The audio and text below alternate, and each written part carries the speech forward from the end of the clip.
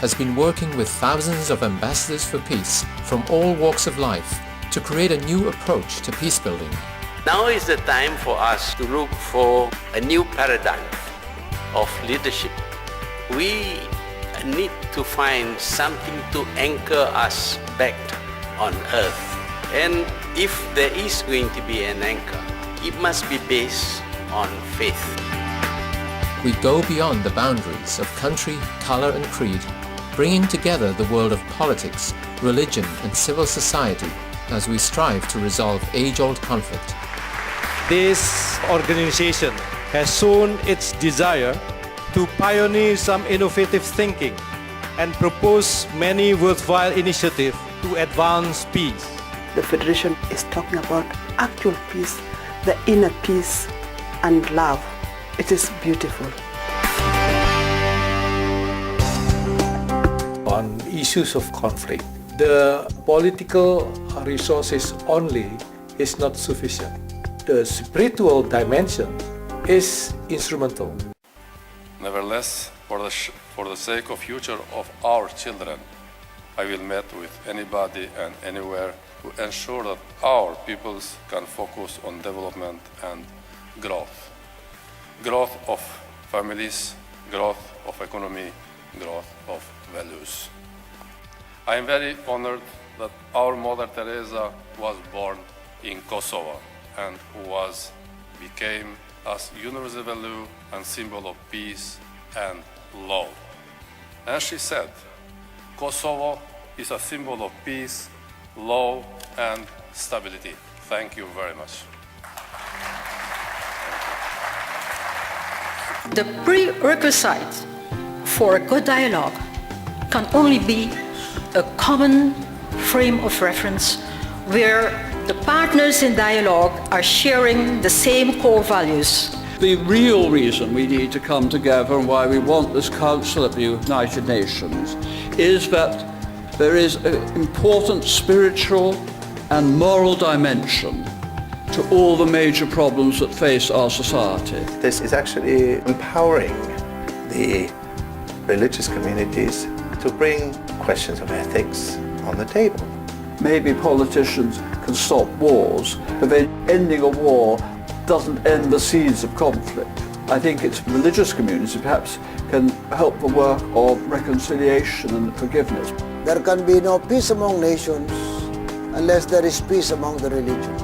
The Philippines and I proposed this global interfaith dialogue here at the United Nations, and I was so delighted because Secretary General Ban Ki-moon said he will give it his all-out support.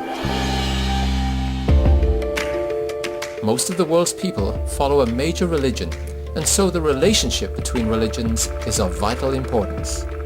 If you talk about the fundamentals of Christianity, the fundamentals of Islam, the fundamentals of every faith tradition, we will find that the core values are the same.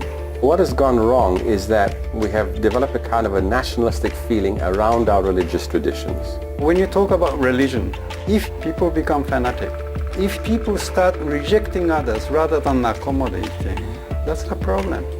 Religion's principal purpose is to advocate brotherhood of men, and if you are brothers, you don't fight against each other, and you have to live in peace.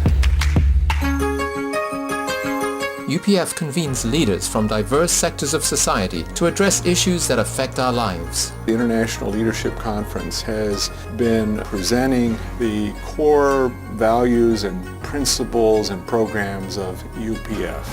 The UPF and its principles of peace and conflict resolution have really much to contribute to the situation in the Balkans. Its peace initiative has principally taken the form of a substantial program of peace education among key leaders in the Balkans. One of the most important questions we examine is what exactly causes conflict? We want to try to understand, is there a fundamental cause which is at the root of all conflict?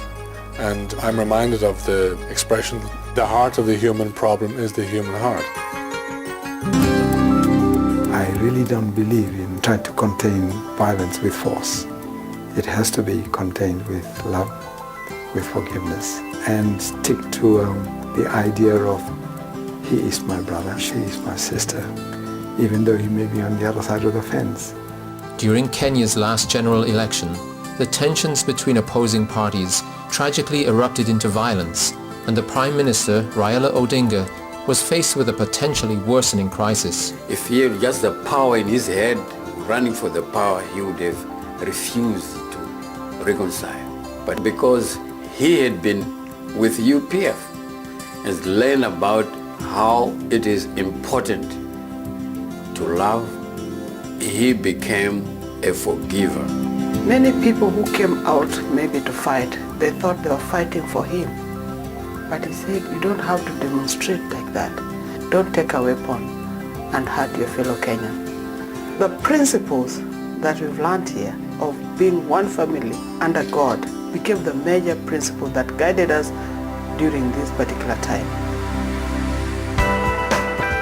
The UPF helps young people to develop good character through its peace, education and social action programs around the world. We are developing a new generation who would say no to violence, who would say no to injustice. We are developing the culture of peace in the children. It's education that's based on cultivating what's best in them, cultivating the goodness of their hearts and their minds and who they are. It's bringing these strong values back into the family, back into the society. There is a series of books where you will find the stories that are related to a topic that you want to teach, either values, respect, acceptance. It is very important for us to use the skills and the gifts we have been given to help others. They don't need to be of our same faith. And as long as there's someone who's there who needs help, God has called us to be able to reach out to them. Kids really yearn for the spiritual. They really yearn for doing good, and the projects and the team building and the interaction really emphasize that.